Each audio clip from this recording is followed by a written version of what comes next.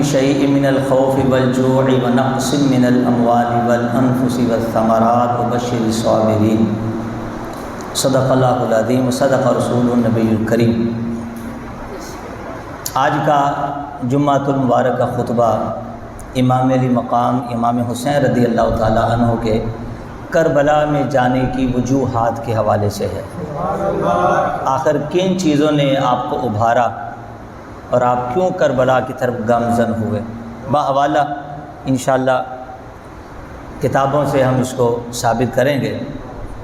یہ جو آیت میں نے آپ کے سامنے پڑھی ہے، اس کا ترجمہ یہ ہے کہ ہم ضرور تمہیں آزمائیں گے، کچھ ڈر سے، بھوک سے، کچھ مالوں، جانوں اور پھلوں کی کمی سے۔ وبشر الصابرین، اے محبوب صبر کرنے والوں کو خوشخبری سنا دیجیے۔ اللہ اکبر۔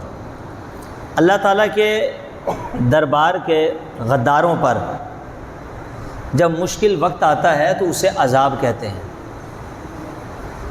اللہ تعالیٰ کے دربار کے مقبول بندوں پر جب ایسی گھڑی آتی ہے اسے آزمائش کہتے ہیں۔ یہ ہمیشہ یاد رکھیے گا۔ اور نیک لوگوں کو ہمیشہ آزمایا جاتا ہے۔ آئیے حدیث پاک سے سنتے ہیں۔ حدیث 2322 جامع ترمذی کے راوی حضرت مصعب رضی اللہ تعالیٰ عنہ ہے۔ کہتے ہیں قلت یا رسول اللہ صلی اللہ علیہ وسلم، میں نے نبی پاک علیہ السلام کی بارگاہ میں عرض کیا کہ یا رسول اللہ ارشاد فرمائیے ای الناس اشد بلاء، کس شخص پر سب سے زیادہ بلا آتی ہے، کون سب سے زیادہ مصیبت میں مبتلا ہوتا ہے؟ قال الانبیاء، فرمایا انبیاء پہ سب سے سخت آزمائش آتی ہے۔ اور پھر فرمایا ثم الامثل فالامثل، پھر انبیاء کے بعد جس کا درجہ نیچے ہوتا ہے اس پہ آزمائش اتنی کم ہوتی ہے، پھر اس کے بعد جس کا درجہ ان سے نیچا ہوتا ہے پھر اس پہ آزمائش اس سے بھی کم ہوتی ہے۔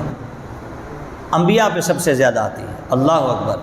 تو چونکہ مخلوقات میں اللہ تعالیٰ نے انبیاء کرام علیہ السلام کا درجہ سب سے زیادہ فرمایا، انبیاء سب سے زیادہ عظیم ہیں، اس واسطے ان کی میرٹ اور ان کی صلاحیت کے اعتبار سے امتحان بھی اللہ ان سے کڑا لیتا ہے، کڑا امتحان انبیاء کرام سے۔ اور پھر جس کا جتنا رتبہ بلند ہوتا ہے اتنا امتحان بھی اس سے زیادہ ہوتا ہے۔ یہ اصول جب آپ سمجھ گئے تو پھر ایک بات ہی سمجھیے، ایسا تو نہیں نہ ہوتا پرائمری کا بچہ ہو اور اسے پی ایچ ڈی کا امتحان لیا جائے، نہیں، وہ بچہ کبھی اسکول ہی نہیں گیا، اس کو بولنا نہیں آتا اور اس کو کمرہ امتحان میں بٹھا کے کہا جائے کہ چلو پیپر دو، ایسا بھی نہیں ہوتا۔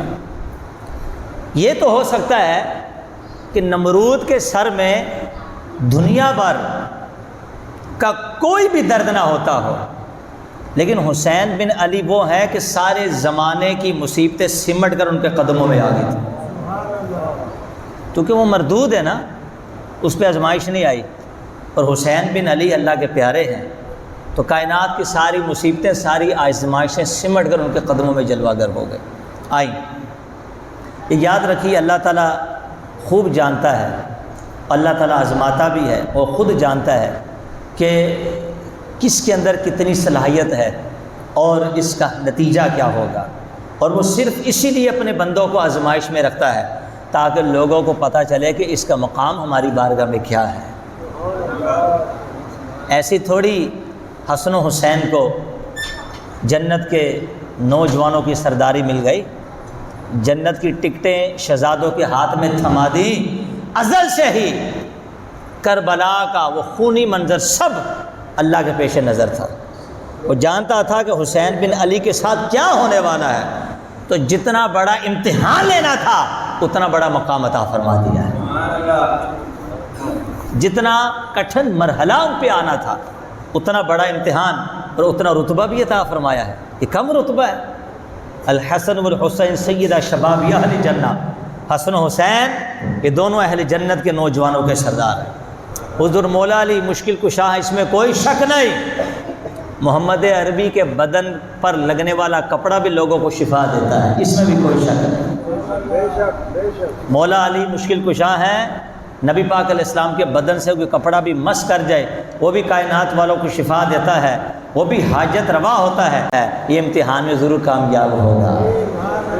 جو تربیت یافتہ مصطفیٰ کے ہوں، جن کی رگوں میں علی کا خون ہو، جن کو صحبت مصطفیٰ میسر آئی ہو، جو سرکار کی گودوں میں پلا بڑا ہو، جس نے مصطفیٰ کے تھوک کو چسکیاں لے لے کے چوسا ہو، جس کو لعاب دہن مبارک کہتے ہیں، جو پشتوں میں مصطفیٰ کے چڑھا ہو، جس کے لیے سرکار نے نماز میں ٹانگیں کھول دی ہوں، جن کے لیے سجدے کی تسبیح لمبی کی ہو، رکوع کی تسبیح لمبی کی ہو، جن کے لیے مصطفیٰ نے خطبے کو چھوڑا ہو اور ان کو اٹھا کر اپنے سینے میں بٹھا دیا ہو، ان کو پتہ ہے کہ جب ان کے اوپر کٹھن مرحلہ آئے گا، سخت آزمائش آئے گی، انہیں پتہ ہے کہ کس طرح اسے نمٹنا ہے۔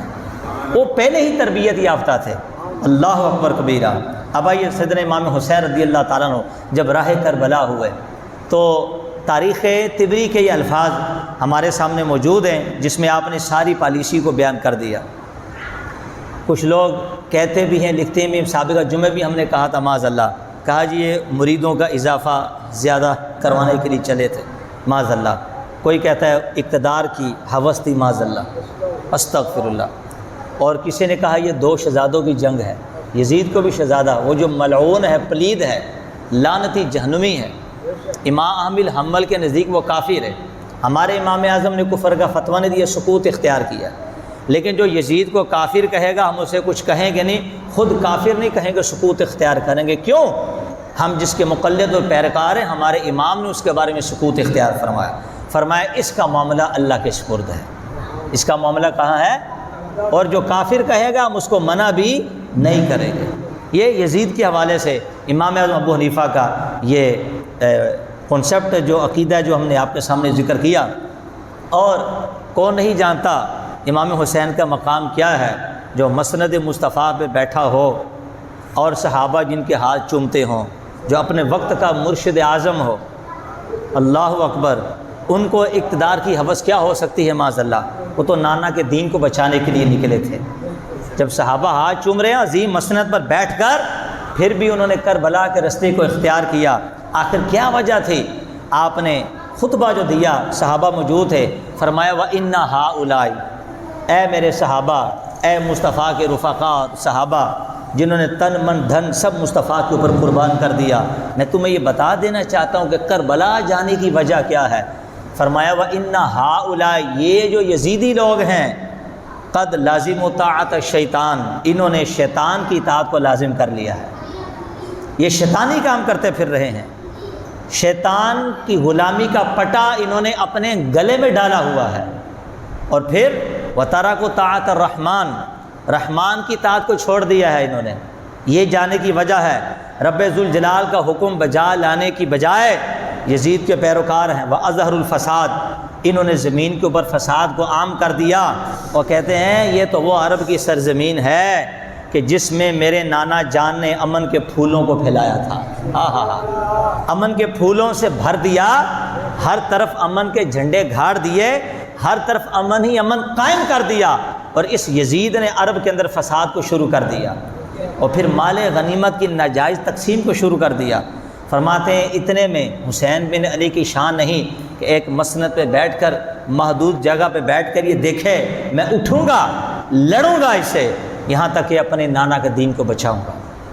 یہ جو مال غنیمت کی ناجائز تقسیم ہو رہی ہے، حدود کو پامال کیا جا رہا ہے، فرمایا وَعَطَّلُ الْحُدُودَ، اسلامی حدود کو مٹانے کا اس نے عزم کر لیا ہے۔ حسین بن علی اسلامی حدود کو نافذ کر کے دکھائے گا۔ یہ خطبہ پڑھ کے سنا، کہہ رہے وہ حدود کہ جن کو آباد کرنے کے لیے میرے نانا نے عرش سے اپنے خون کا لہو پیش کیا تھا، یہ وہ حدود ہے جن کو قائم کرنے کے لیے میرے نانا نے طائف کے پتھر کھائے تھے۔ یہ وہ حدود ہے کہ غزوہ فتح، مکہ فتح اور حنین کے موقع پر جن حدود کو قائم کرنے کے لیے نبی پاک علیہ الصلوۃ والسلام نے سب کچھ شرط کیا تھا، آج وہ یزیدی اس کو پامال کرنے پہ تلا ہوا ہے۔ آپ فرماتے میں ایسا کبھی نہیں ہونے دوں گا۔ آپ نے فرمایا میں نکلوں گا، ٹکراؤں گا، اسلام کو ایک نئی زندگی عطا کروں گا۔ یہ کربلا میں جانے کا ریزن، کربلا میں جانے کی وجوہات آپ نے جو ذکر کی، اور سیدنا امام حسین نے فرمایا میں جہاد کے لیے نکلوں گا، کرسی کے لیے نہیں نکلوں گا۔ جہاد کے لیے اپنے نانا جان کے دین کو اقتدار پر لانا چاہتا ہوں، اس لیے حضرت حر رضی اللہ تعالیٰ عنہ جو کہ امام حسین کی طرف آگے تھے